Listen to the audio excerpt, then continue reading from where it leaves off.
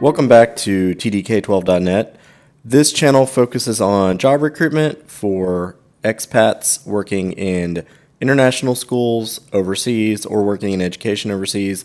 Although I hope some of this advice would be useful for anyone working in education, especially private schools anywhere in the world. In this episode, to kick off the 2020 advice and recruitment season, I'm going to talk about how to quit your job.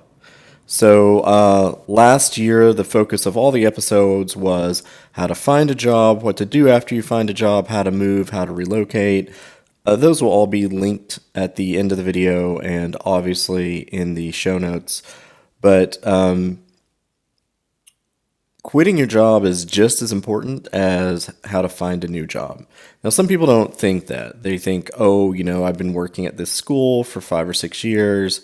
If I quit, they're not, everything's going to be fine. I don't really need to worry about anything. From an HR standpoint, that's probably true.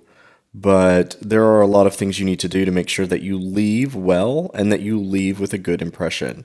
So everyone's heard the old saying, don't burn any bridges. This is a little bit more than that because it's not about a bridge. It's about maintaining multiple relationships over time because you never know. You never know when you need those relationships to be beneficial to you. You never know when you need to be beneficial back to those relationships. So when you're leaving a job, you need to do it the right way. I have left many jobs, and there have been a couple I have, regretfully done incorrectly, and I've learned from that. So I'm hoping that you can learn from my mistakes and simply have a better experience. All right, first off, when to give notice. Most schools will have a notice period. So they'll say, you need to tell us by November, you'll need to tell us by December. I've even heard some international schools now are saying we want to know by August. That really has to do with how early fairs and other job recruitment options are starting up. And it seems like they're starting up earlier and earlier. Now, this year is strange. Obviously, I'm not going to specifically mention why because I don't want my video to be censored in any way. But this year is strange. I'm not really sure how it's going to play out. But I have seen already some recruitment fairs that are virtual, and it's pretty early. It's October, and it's there. I've already seen one or two. So the notice period, the official notice period, is for officially saying I'm leaving, I'm not coming back, so that the school can prepare to replace your job. But there's a better way to do this. So if you're certain, let's not say certain. Certain is a bad word. If you are 70% certain in August or July when that you want to find another position or move on, my recommendation is that you schedule a meeting with whomever you need to, and you give notice in terms of asking for a soft recruitment option. Now, this is unofficial, not official notice, all right? It's unofficial, not official. And what I mean by that is official notice literally means that you've put something in writing and you're following a variety of steps to say, I'm definitely not coming back. Go ahead and advertise my job. Unofficial notice is where you're asking for a soft recruitment option. And that means that you're going to somebody and saying, listen, I feel like I want to leave. I'd like to look around. And I'd like you to hold my job until, and you want to ask for like the end point of the official notice timeline. So if they're like, well, the notice period, the official notice period is November 30th. You're asking for a soft recruitment option until November 29th. That's the concept. And during this time, you can fire up your recruitment accounts and you can start looking. And if people contact the school, no one's going to be surprised. It's not a secret to the people who need to know. That gets me to the next point. Soft recruitment is great, and it really gives you a relaxed option to slowly get into things to not feel pressure and to still maintain your job. But if you want that option and you want your school to support you, you need to be discreet. You probably won't even really tell anyone except those closest to you, and you're definitely not going to post anything on social media.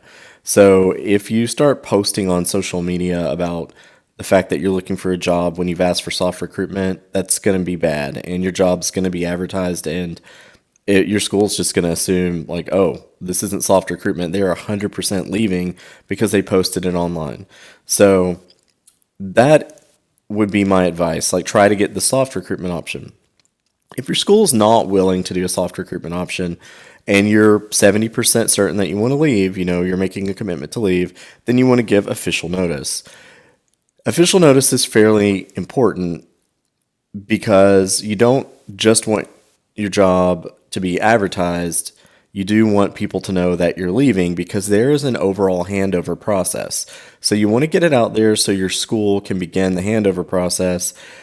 Some schools seem to be in denial when people are quitting and they don't do the handover process. If you do an official letter, I would say you should write a letter, sign it, and scan it and email it to whomever it needs to go to with a message. If you give an official letter, official notice, it really helps to push things along and gets the handover process going. And other people are then aware that you're leaving. And it's all very official. It's all very upfront. And then again, you would set up your recruitment accounts and begin. Either way, you don't want to do this step until you have completed one of these, either official or unofficial notice. Once you start recruitment, again, with the social media, I wouldn't start there and I would not go there to start looking for jobs. I wouldn't start asking people to find you jobs. I would do the normal recruitment process that I've recommended before, where you do your research, make sure you've really looked at what your options are, where you've really listed your goals and what you want to achieve. You really need to know where you're going and why. And if you want a random spot just because you're like, hey, I'm tired of this, I just want a new adventure, that's totally fine. But you're still going to have some requirements for your salary and your benefits, and all that requires research first. You want to be targeted. You don't just want to start throwing out, hey, I'll work anywhere, because if word gets around that you will just work anywhere, believe it or not, it makes you less desirable. So you don't want to do that. So again, I'm always advocating to avoid social media for really, really important things. Just avoid it. It's not really going to help you that much. And again, be discreet. So you can tell people are going to know, but day to day, every day, you're going in, you're doing your job, you're not talking about the fact that you're leaving. It's a big deal for you and it's going to use a lot of your time, and people may ask you about it and you can talk about it, but don't start to check out and detach and just say, oh, I'm leaving, I don't care, and just start talking about your next job after you get it. Focus on the job that you have, and don't make the centerpiece of your day the fact that you're leaving at work. The reason you want to do all of this stuff and the reason you want to be sensitive to moving to a new job is it's the last thing they will remember. It's not all the work that you've done for all the years. The last semester or the last few months you were at a job, that is what people will remember. Some people will remember projects that you've completed and difficult things that you work through, but in general, how you leave is the last thing that people will remember. And if you are doing your job and doing a good job up until the very last day, that's what they will remember. If you're coming in talking about your next adventure and you've kind of checked out and you're not really doing your assessments or your grading, or you've kind of dropped the ball in your advisory role or something like that, that's what they're going to remember. They're going to remember that you worked really hard and then right at the end you just decided to not finish your job. And I've seen that quite a bit, and it's not good for you. It's not good for the team that you work with. It doesn't benefit students. So it is actually the opposite of what you want in an educator. Now you might think, oh, I have this new job. I've already got the contract. nothing bad can happen. That's true, and it's not true. Most schools won't pull a contract if somebody contacts them and says, "Hey, this person's not being a very good employee the last couple of months." But it is a small world when you work in international education, and if you're an expat, and odds are people that you are annoying, people that you are letting down, you're going to run into them again. You may even have to work with them again, and they may be on a committee deciding whether or not to interview you for another job in the future. So, the difficult part, though, with all of this is that when you start to relocate, when you start looking for jobs, just job recruitment alone is very time consuming. And if you follow any of the steps I've given you about job recruitment, you'll know that I put a lot of time into it, and I'm recommending that you put a lot of time into it. So you don't really have a lot of extra time. So what you really need to do is, after you have given some official notice, and or you have a soft recruitment option, after you have all of this together and you started the process, you need to think about how you can create success by scaling back. As educators or administrators working at schools, we all do a lot of things that are not in our official job description. Some of those things are assigned to us, and some of those things we volunteer for. Once you start looking for a new job and you're serious about relocating, you need to scale back on the volunteering. Anything that you're not required to do or have been assigned to do, you need to scale back on. You're not doing yourself any favors, and you're not doing those volunteer projects any favors either, because you're not going to have enough energy and enough time dedicated to make them very successful anyway. So it's better for you to just focus on the core. The core is what you were contracted to do.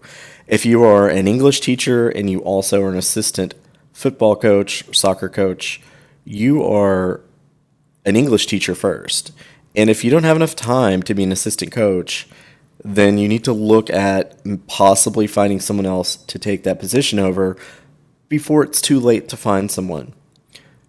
Remember, the last thing they're going to remember is that last semester of work, and your job, your core job, is what is in your contract. It is not the extra things that you do.